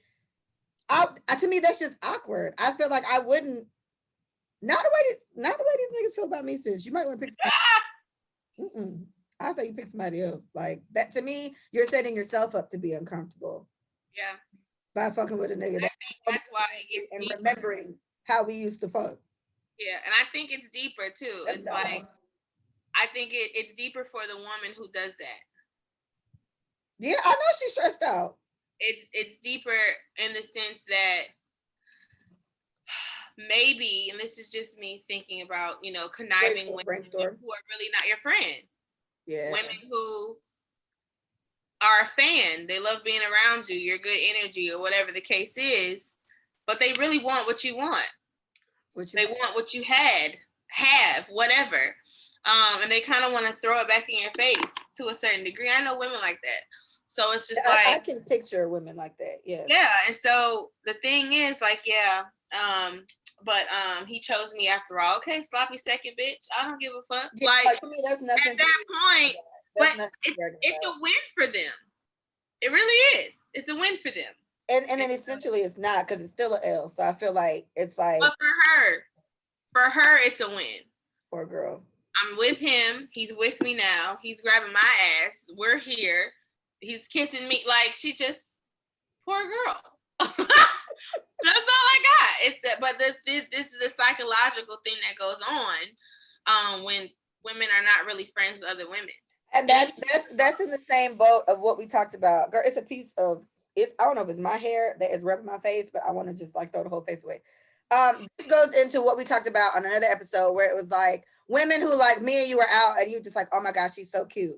And then I just go throw myself all over him. It's like, why the fuck would you do that? I just told you I thought he was fine. And then you go and just basically fuck him on the dance floor. How does this work? So I think those women that do what you just said and women that do that, they cousins. Like they got to be the same bitch. Like they one and the same. Because who the fuck does that? You get what I'm saying? Like, so, I mean, ultimately, Portia, and let us say it for you, court, we're saying that you're not wrong. Yeah, there's some girl code weirdness there. But my thing is, she's done all this. Like, nothing in my mind makes me feel like Portia and this nigga are gonna last. Like, she was just engaged. was just engaged and got out of this. And it's been on and off because he was acting up. I think he cheated on her a couple times. He kept embarrassing her, just doing. His ass was embarrassing her. Yes, girl. Like he got caught cheating, I think, once, like with some girl. And then another situation, it's like 4 o'clock in the morning. Got money. Huh? It's because he got money. But that's what somebody wrote. Somebody was like, shout out to Portia and her baby daddy for securing the bag. Because the guy that she's engaged to has money. So I was like, maybe this is all a ploy. Yeah. Because he in the picture cheesing like shit, like he cool with it. So I'm like, all right, well, these rich people problems. I don't know how to handle that. So we're saying, Portia, we don't think you're necessarily wrong. It is weird, but I mean, if we gotta think logically, for all intents and purposes, you and this girl aren't friends anymore, and they are divorced. So whatever. And the real thing you battle in those situations, that's what I felt like when it came to me talking to this guy that my friend used to talk to. It was like, gosh, that's just so grimy. Like, what are people gonna say? But the fact nobody knew they was even fucking. So that our inner circle knew, and it was something where if you're gonna make a decision to do this, how I say it is you gotta take that. Like, now you look like a fucked up person, or however you're perceived after talking to somebody that your friend used to talk to, or in Portia's case, somebody that you used to be friend, your ex-friend, ex-husband, whatever. You're gonna get a lot of fucking opinions. You're gonna have to be above reproach with that. You gotta just fly above all the drama, candy boys. You know what I'm saying?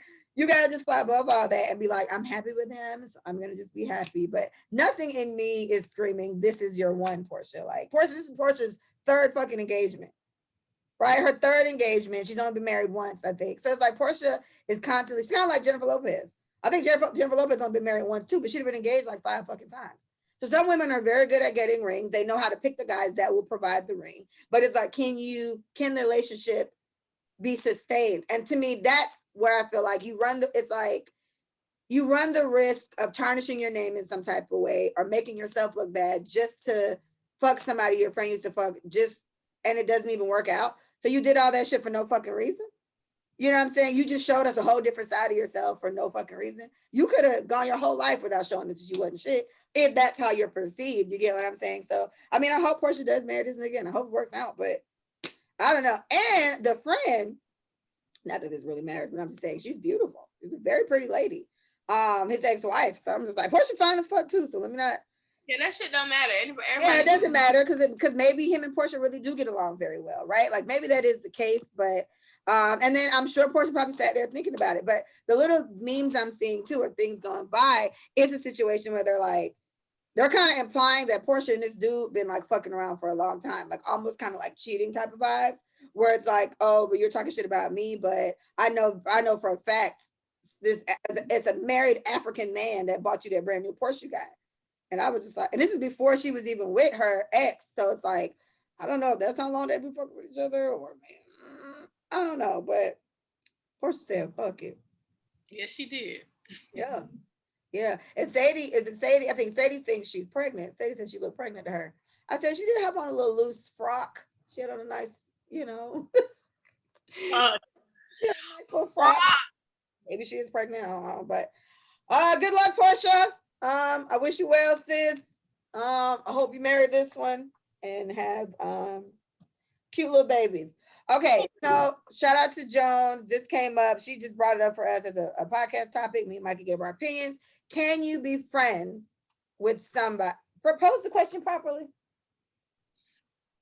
Can you be friends with somebody you smashed before? Can you be friends with someone you've had sex with before? This is women and men. Obviously brought up Terry a few times. Terry's been on the podcast. Terry and Mikey used to date. They're friends. And I would say that's the only relationship I know like that. But I do think it's possible. I think it's possible. I have hopes for at least 2 guys that I've had sex with to be them one day. Is it gonna work? I don't know. Micah, it could be a weakness on my part, but I don't think any guy that I've slept with before understand. Let me not say that. They all still flirt with me. If ever we do speak, it is still very flirtatious. It's not a very friend-based thing. You get what I'm saying? So I don't. Yeah. I hope, I aspire to be Micah one day. with my exes, but as of right now, I don't think none of my exes got that thing in them. And this is why I don't talk to my exes when I'm in relationships, because these niggas don't wish me well. They want me and this nigga to break. They want me to be with them or fuck them. Those are people okay, so you said exes too, but niggas that you just smashed, they're in that mix too. So the last one with him, I feel like we had the greatest potential of being that because we were such good friends for so long. Right. I feel like we could easily just go back to being friends. I say easily limited, but the way I'm feeling, I feel like Micah Jr. right now.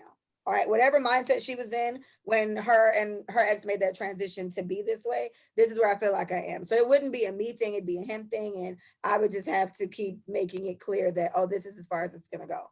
Ain't no more ain't no more. So that's the thing. I feel like the guy has to, or the person, guy or girl, has to respect that that's all. I'm not fucking you no more. That's it. I'm not fucking you anymore. I think we get along great. Let's just keep this going. But I'm not fucking you anymore. So don't come at me like that, right? Yeah, don't come at me flirtation. Be a friend. And if you do come at me like that, you're going to get shut down. So I do feel like some people get, they get a little tired of being shut down. So maybe they'll just stop because they hate rejection.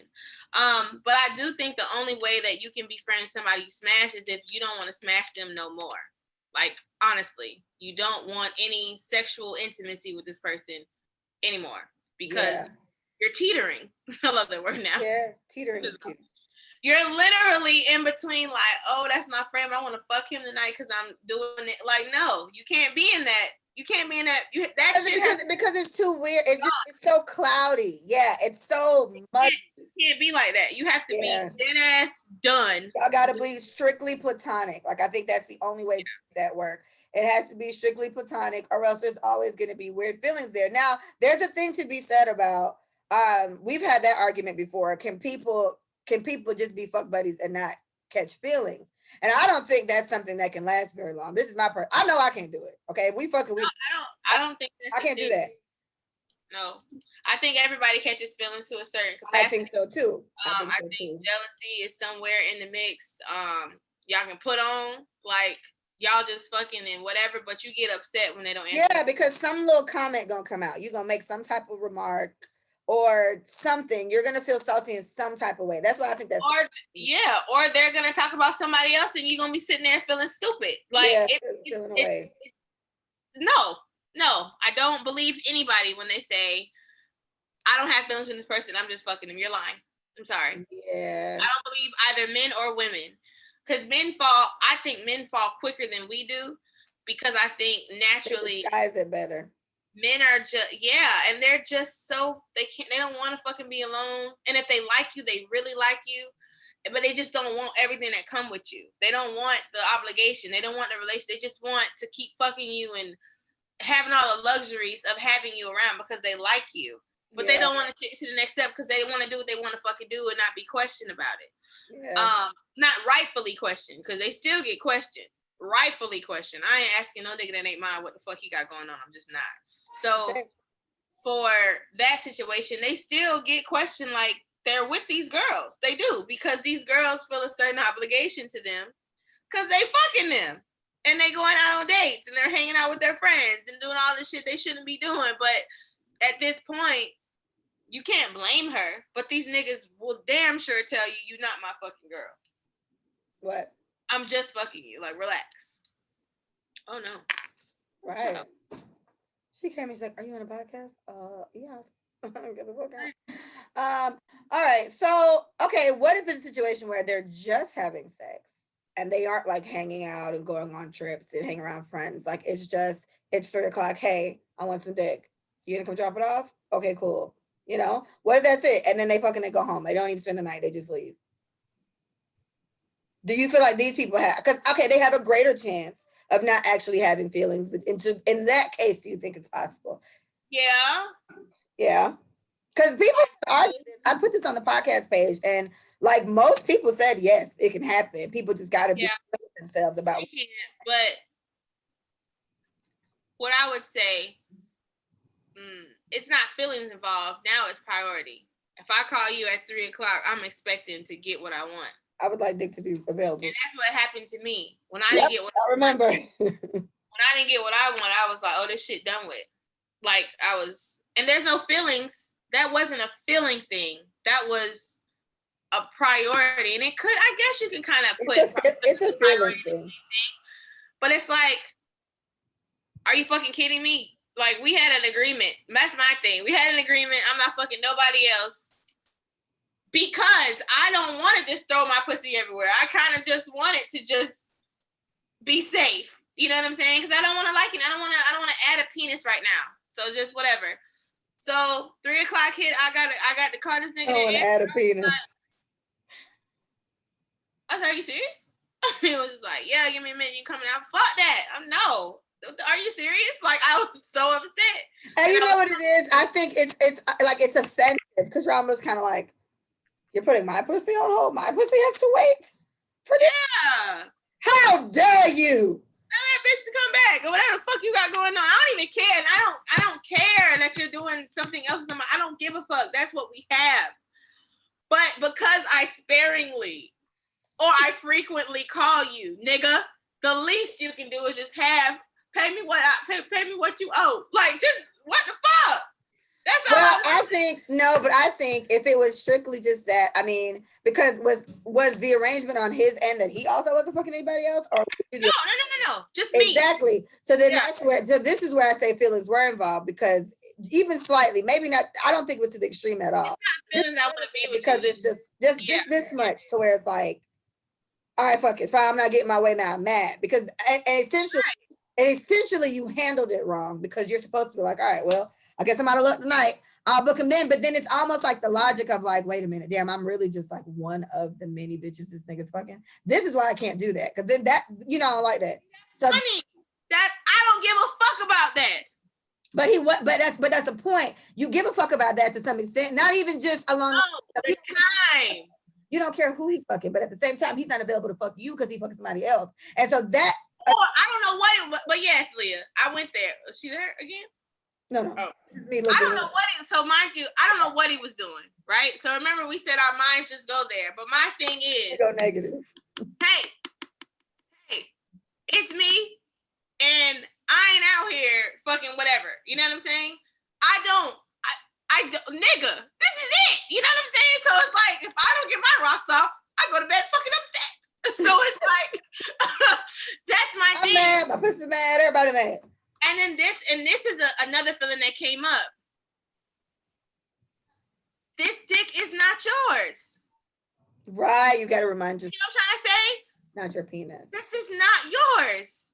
You cannot be upset. I was like, damn, I need to talk to someone. Now I need to date. That's literally the switch because this is going to happen again. And I'm not interested in having sex with anybody. I'm not interested in dating anyone. But it's kind of crippling. So for the women out there that just have a fuck buddy, you ain't fucking no other nigga. No. I'm not talking to any of the women who have 3 or 4 sexual partners. I'm not talking to you. I'm talking to women. I said I'm not talking to any woman who has multiple sexual partners. Okay. If you have 2 to 3 to 4 partners, that means you can call anybody. Yeah, you got a few. For women who don't have, I can call anybody. I'm talking to you, sis. It's me. This is a situation where you're like, you know what? Although we're not leading to a relationship, this is the only dick I have secured for whatever, for my needs. It's the only dick I've secured. Right? The only dick I've secured for my needs. But guess what? You're not priority because that's not your man, bro. It's not your man. And I think because it was an ex, obviously that whole it's me mentality was in there. But it's your pride. Your pride was your pride was shot a little bit too. And then I'm like, you ain't got no. And after I got off the phone, I was mad. I was just like, I ain't got no hoes. I don't have no hoes. That's what I got. No. I can't call nobody to help me with this situation. It's almost like, damn, I really hit rock bottom, man. That's what I'm saying. Like, I'm not talking to nobody. That's crippling. I could not believe that's where I was in my life. So I was like, bitch, you are ridiculous. Cut it out. Cut the shit. So the next day, I was like, my bad. You know, when I be drunk, I be wanting what I want, blah, blah, blah. And I couldn't even believe you ain't boo, because what the fuck? It's me. And I said everything I'm saying to her, I say it's me, bro. Like, what the fuck? You know I ain't fucking nobody, bro. You know that's all I get. I was like, stop. How you not available, bro? Fuck that bitch. Bro, like, if I would have called somebody else, bro, that's nothing. I don't have a Rolodex of motherfucking niggas. I can just, you know, A Rolodex of dicks. A Rolodex of dick. A dick Rolodex. I don't have that. So I want a dick Rolodex. No, you know, I get it. You know what I'm saying? But I wasn't doing that. I was literally tied up. But I said, I don't look. Hey, I don't want to know. I don't care. I literally just was like, bruh, I needed it at 3:03, and you told me an hour. Too late. That I don't want to be in that situation. And I know how you are when you're drunk. You mad annoying. So it's kind of yes. And when you're my boyfriend, you're Lord. giving me what I want. You're gonna fuck me today. You're gonna do it. Okay, young man. So Willie doesn't complain about that, but he said I got a little TV. so join that boy up.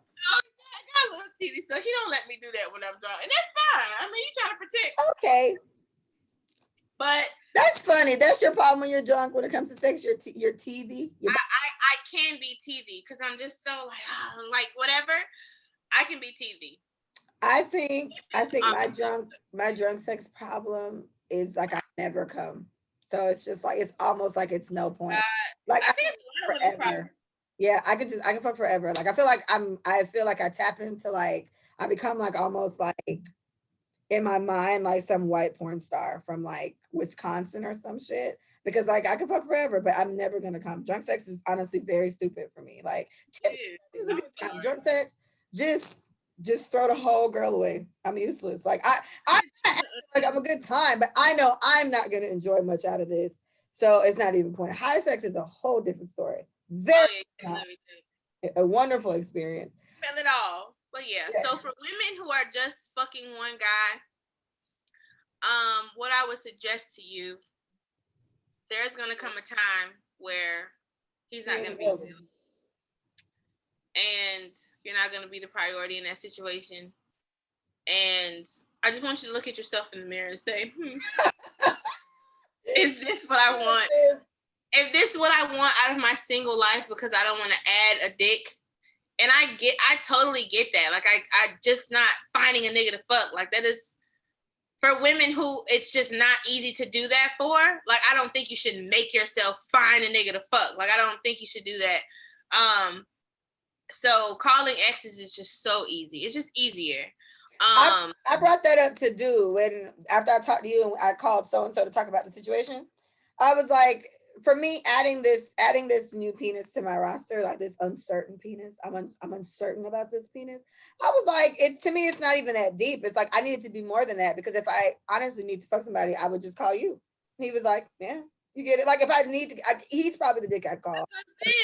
Why? So it's like, well, why not just, I get what you mean. So it's like, but then that's something even to be said about when you hit a certain age, and like what you were saying, have to look in your mirror and ask yourself, do you really want this out of your single life because you're just so scared to just add another penis to your roster? Yeah. It is who the fuck is fucking your pussy? How many niggas been in there? And what you've been doing with it? Because this is a big thing for me. Maybe not as much as it could be, but like I dated the same guys for a very long time. So a lot of my fucking years were used up with the same nigga. So it wasn't a big deal. That's why I feel like I don't care as much now, but it's I still haven't been fucking, so it's kind of like, what is it gonna take? That's why I might just end up fucking this dude anyway. Mike, I mean, like, yeah. So as I'm saying, I got a few freebies I can use. Yeah. So if you, and then there's a thing, you don't want to use them, right? Because you know what they're gonna come with. Like it's definitely just sex for you, but it's not gonna be for them. Now you gotta fucking keep up with their ass. You know what I'm saying? I don't want to keep up with you, nigga. Like I don't want you to call me the next day. When you know what you have with the security, it ain't no lovey-dovey, ain't no I miss you, ain't no come see. None of that shit was happening. We fucking, we not. We fucking, we not. That's it. You know what I'm saying? So if you can separate all of those casualties, because they are unnecessary. I don't care about how your day was. And for the listeners, for what Micah just said, this is what, like Micah said, in the situation where the person that she was fucking, there wasn't like I miss yous and I love yous and what you've been doing today. Micah didn't have all that happening, and her and this person were able to be cool afterwards, and they're fine, I guess. It's like at the point I'm at with these niggas, I'm not at that point with any of my exes. Like it is, I miss you. We in the middle of fucking and it's I love you. I'm like, bro, you got to chill. We got to like stop saying that. There's no like. It's way too soon. Yeah, it's way too soon. So I feel like that's the thing. Like Micah made a point when she was talking to our other friend about it, and it was like a lot life needs to happen. Like you get what I'm saying? Like time and space and understanding needs to take place before you can just be casual friends with somebody. Yeah. I don't think that's for everybody, but it's definitely the case for Micah, and it's definitely the case for me. Yeah. Some people are a little more cutthroat with that, and it doesn't matter.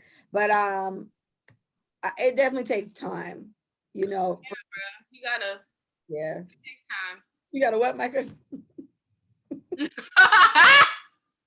Part that bitch. You gotta do that. Okay. All right. So we think it is possible, but we think there needs to be a clear understanding in that situation. And I guess to tag on there too, when it comes to women and how nervous we are about stuff like that. Mike is right. For the women that do have this one sexual partner that they have, and it's just like you don't have the Dick Rolodex. I think I'm gonna name this episode Dick Rolodex. So I'm gonna name it Dick Rolodex. For women who don't have Dick Rolodexes, you gotta you gotta be ready for whatever, sis. You gotta understand that he's not your nigga and maybe he's not available. I had that happen with last dude. That kind of happened sometime this year where like he was on some, okay, when are you available or whatever. I was literally like, you owe me an orgasm or something. He was like, got you. When you want me to come? I was like, today. But he didn't come. And I was so annoyed. And it was like, this is not your nigga. This is not your nigga. This is not your problem. It's not your problem. Hey, he's probably, and yes, I was like, he's probably fucking somebody else. Fine. Like, this is where I went. And yeah. But that's okay. It's not your nigga. And I think this shit is not for the weak of heart. I am the weak of heart. I don't like shit like that. Like, I don't know. Well, clearly I did. That shit ended. That shit what? I said, clearly I am not either.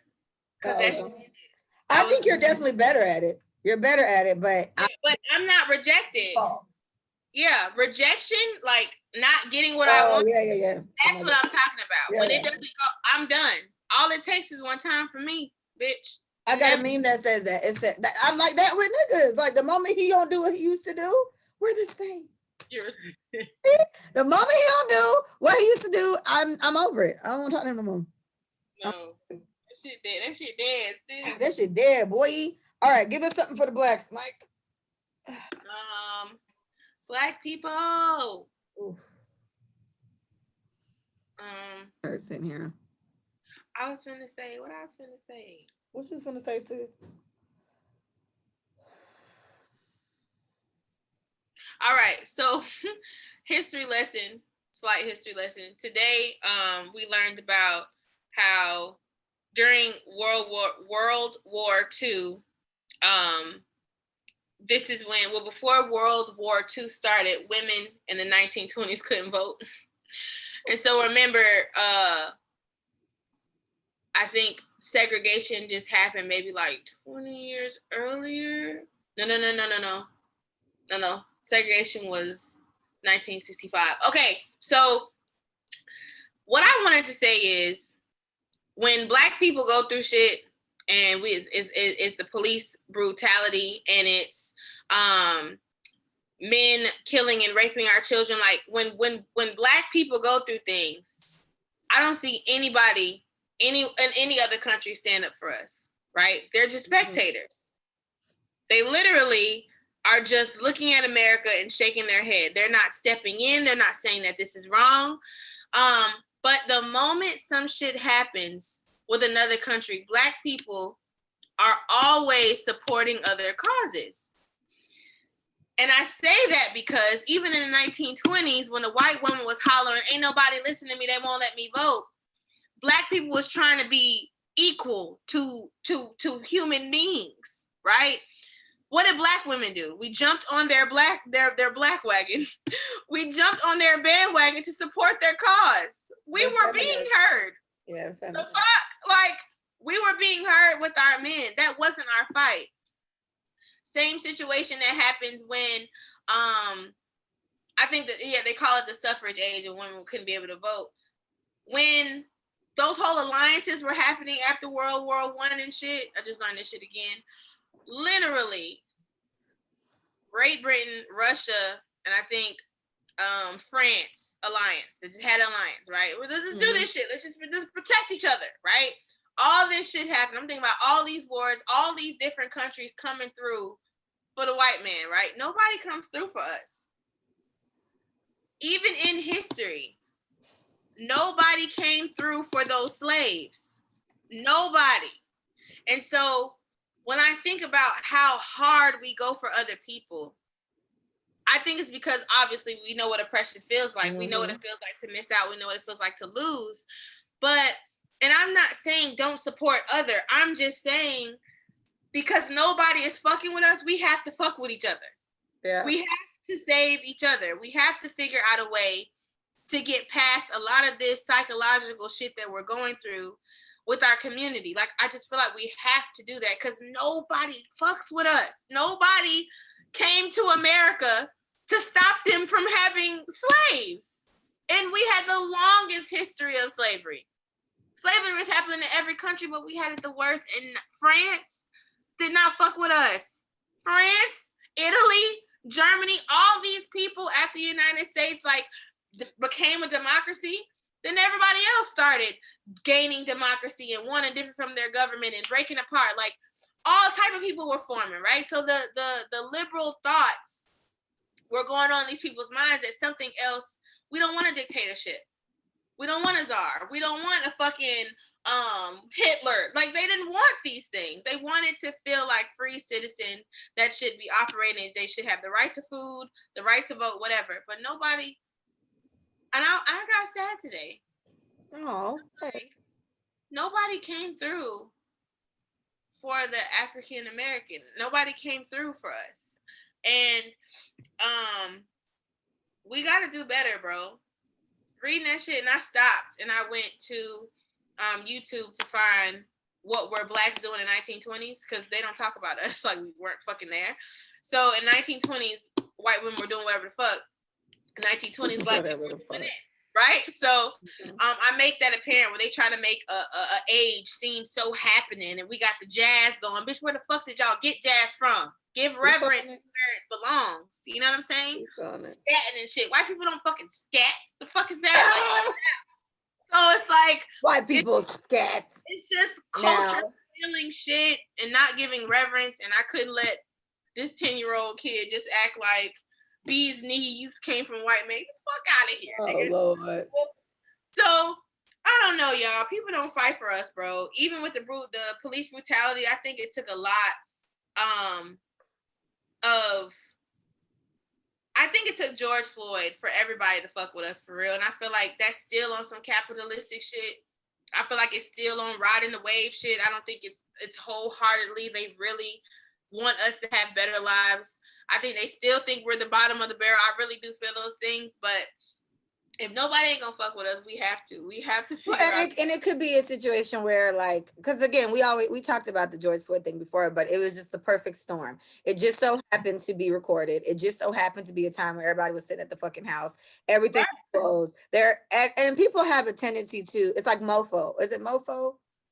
Fear, FOMO, fear of missing out. It's kind of like that. They want to be involved in something. So I do think that's what egged it on so much. But I mean, I agree with you. I feel like it was that caused it to be the case. And then some people just like to find something to fight for or something to say they care about. People care all the time. Exactly. So we just gotta find a way to fight through this psychological shit. It's like we're in bondage. We're in bondage in the mind of culturally coming together as a community. Like this shit is just fuck. So what do you mean? What would you want us to do as a people? Like, what are you saying? Because they don't come and support us, fine. And so we ready to go help. What? Like, what do you mean? Like the LGBT community, like stuff like that. The Russians or whatever. Yes. Other struggles, you mean? Yes. I'm not saying don't support anybody else's struggle, but what I am saying, attend to our own before we go seeking others, because they got. It's funny that you said this. I was listening to Brilliant Idiots, as Charlamagne and Andrew Schultz, and I think this is an old episode. Oh no, it might have been a new enough episode. I hadn't listened to them in a long time, but I've been catching up. I literally have like a year or two of episodes to catch up on, so I'm very excited. But I think it was recent because recent enough, Rihanna went to a protest for the Asian community, you know, because the Asian community, they getting fucked up apparently, and they're making it seem like Right. whatever. So Andrew asked Charlamagne how he felt about that, and he was like, I mean, you know, it's cool. He's like, but I did say when I heard about it this morning from Angela Yee, I wonder if Rihanna's ever gone to a Black Lives Matter thing, or something like that. Has she come Right. and protested and all that shit with them? So I feel like she has to have done it. I feel like we have Yeah, but I can't think of it like exactly, but I feel like she has to have done that. But and she's vocal enough. She posts George Floyd stuff and stuff like that. Like Rihanna, you know, we love Rihanna. We Rihanna fans OD over here, but that's what I'm saying. Like they had. It's funny you said that. They had Stop Asian Crime all over my Instagram, all over my Snapchat, all over. And they've literally passed they passed some type of law. It was very quick too. Yes, like in 5 minutes. How fucking long have niggas been getting fucked up by everybody? And there's still nothing in place there. They still sit there trying to debate. Like we're literally still arguing about shit. I wish I would have sent it to you. I saw it yesterday. I think it was in not Texas, some state, but they're in there. So it's one white man getting another white man together. So it was hilarious. But it was like the verbiage. He's trying something about purifying something or whatever. Just some shit to stop niggas from voting still. And so the white man was like, you understand what this means, right? So the only people that this affects are African Americans. You understand that, right? Oh, well, I'm not aware of that. He's like, but your profession is something. He was really reading his ass, and he was like, so you sitting here pushing this and perpetuating this and wanting to pass this bill, you're supporting the notion that Black people still shouldn't be able to vote. And this guy was just like, well, that's not is all what I was trying to do. He was like, yes, it is. And it's funny because the whole time this white man is like reading his ass, it's a Black lady behind him looking like, yes, sister. White people always got some shit. So it's just so funny you brought that up because I just heard Charlamagne say that today, and it was like, I mean, we don't.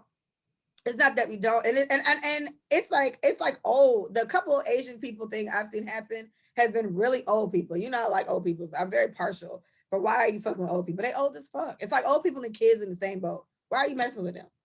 Right, and that whole massacre that happened, like I get it, like that shit was harsh, that was fucked up.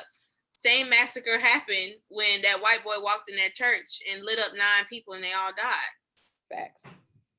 What law was passed? Like they took the flag down in South Carolina. What the fuck is that? Like they took the Confederate flag down. Thank you. Some shit y'all should have been did. You know what I'm saying? So it's like people are really riding for other people. And I'm not, like I said, I'm not saying don't support these causes, but what I am saying, sign those petitions. Go to your council meetings. Like we need to stick up for us because ain't nobody else fucking doing it. That's just I could understand your plight. I feel it's kind of like, you know, take care of home first. If man, we've been helping people long enough. Okay. Yeah. I think take care of home first. And it's not a situation of not supporting other things. I agree, but it's like it's so obvious how disenfranchised we are in general. Like there's always some shit that's not fair for us or whatever the case. It's so clear in your face, and it's like not to say that these other plights don't need the support, but it's like we still need the shit more. We still need it more because ain't shit been passed, ain't no laws been passed, ain't no understanding been made. They still don't give a fuck. And I think what it comes down to is what can we do for other people? We can't do shit for other people. We can't do shit for us. So what the fuck? And so the capitalistic mindset of why alliances happen is because they were able to give an army. They were able to supply certain needs. They were able to barter. We have nothing to barter. We don't even have land. So on the grand, me just thinking about that shit, we can't do nothing for anybody, so they won't do nothing for us. What are they going to get out of this deal? So you get a capital. You get like a Black Lives Matter sticker. Yeah, so raising capital and trying to figure out how we can get in these CEO positions and how we can not just do entrepreneurship for small LLCs, but how can we provide jobs? Like stuff like that is how we gain more capital. Because nobody gives a fuck about people. They give a fuck about what you can do for them. And we can't do shit for people. We just can't. we have nothing to give them. We have nothing to contribute. We have nothing to barter. So I think that's another reason why we don't get help. I literally just thought about that shit just now. Yeah, that's true. Wow. Okay, well, Black people, find you some shit to barter, bro. Find you some shit to barter, bro. Something. Goddamn. That's a good episode title too. Find you some shit to barter, bro. Yes, bro. Damn. All right. Oh my god. Keep going. My little rant. I mean, I had nothing to snap about that. You know what? Okay, let me just speak my motherfucking mind. All right. What I'll say about adults. We're all adults here, and I think there's a certain age where you know what it is you want. This is literally strictly when it comes to dating. There's a certain age where you know what it is you want, and I think you need to be very mindful of. You can't keep doing the same thing and expecting different results, right? So if you're constantly operating this way or dating this type of guy or making these type of decisions and you're still not wherever the fuck it is you want to be in a relationship, then maybe you should switch it up. And for people like me, I have a very hard time playing these weird little dating games that, like, it seems like you're obligated to play almost if you want. It's like if you want to be in this field, you got to play these games. And I think we would all do so much better if we're just a lot more honest about our expectations, what it is we want, and how we feel about things. It really isn't that complicated. You're going to always get a very straightforward response with me because I don't know how to be any other way. I don't know how to, people keep calling me. I feel like goddamn. I don't know how to be any other way. If I miss you, I'm gonna say it. If I don't like something you did, I'm gonna verbalize it. And I do this because this is how I want to be treated. I'm very good at treating people the way I want to be treated. So I think you can't keep doing the same thing and expect different results. This goes in any aspect of your life. So I feel like you got to be open to also hearing not such favorable things about yourself. People have a really hard time taking criticism. And I agree, everybody can't be a fucking critic. I mean, there's certain people that you kind of like, bitch, you ain't got no room telling me blah blah, because your shit ain't together. But my thing is, if you've heard from multiple people that you probably operate this, that you do this certain kind of thing or whatever, I think I would implore you to just consider, maybe you do that. Maybe that's something you can improve on. Don't just automatically be one of them people that feels like you're above reproach and your shit is together and your shit don't stink. And there's no fucking way you're this kind of person because you never do that. No, my nigga, maybe you are that kind of person. And it's okay because you didn't know. It's all about self-reflecting and learning. So I advise everybody to take a look into yourself, listen to this podcast. If you're not getting the results you want in things, in dating, in your career, whatever, switch it up, do some new shit. You know what I'm saying? That's not the Trail. So what Trail said to me, here go Trail Michael. Trail said to me, he gave me like a nice little speech today about, and honestly, guys do this a lot. I know Trail, he's like an extended friend, but I'm cool with Trail. They have their podcast too. Shout out to them. No Safety or Off Safety podcast. Shout out to them. But he was just like, I'm surprised you're not married yet. Like, these niggas crazy, but just give it time. He's like, maybe switch it up, like maybe withhold sex, change it up on them a little bit. I said, no, I'm very good at withholding sex. So if anything, a change up would be fucking them. So you think I should fuck him? So he was like, no, I'm not telling you to be easy. I said, look, keeping my pussy to myself hasn't worked. So maybe it's time to this bitch out. You know what I'm saying? Maybe it's time I collect some dick because being saying this is my thing. So I don't know. This bitch. Maybe it's time for me to take some dick. So I don't know. But the point is that could be it too. Maybe doing it this way. Like I said, being good at two shoes ain't really got me too far. So maybe it's time to start fucking. I don't know. I'll be in a city near you. So just so with that being said, it's been a pleasure, Micah. Yeah, big girl. Girl, it was lit. Big girl, this is a lovely episode. Thank you guys so much for listening. Please visit us at letitsaitforyou.com. Follow us on Let It Say It For You on IG, Let It Say It For You on YouTube, and Let It Say It For You, just the you, on Twitter. It has been a pleasure. Step outside your comfort zone. Ladies, build up your Dick Rolodex, okay? Build it up, build it up, build it up, build it up. Guys. So fucking, I don't know, whatever. All right, thank you guys. It's been a pleasure. Goodbye.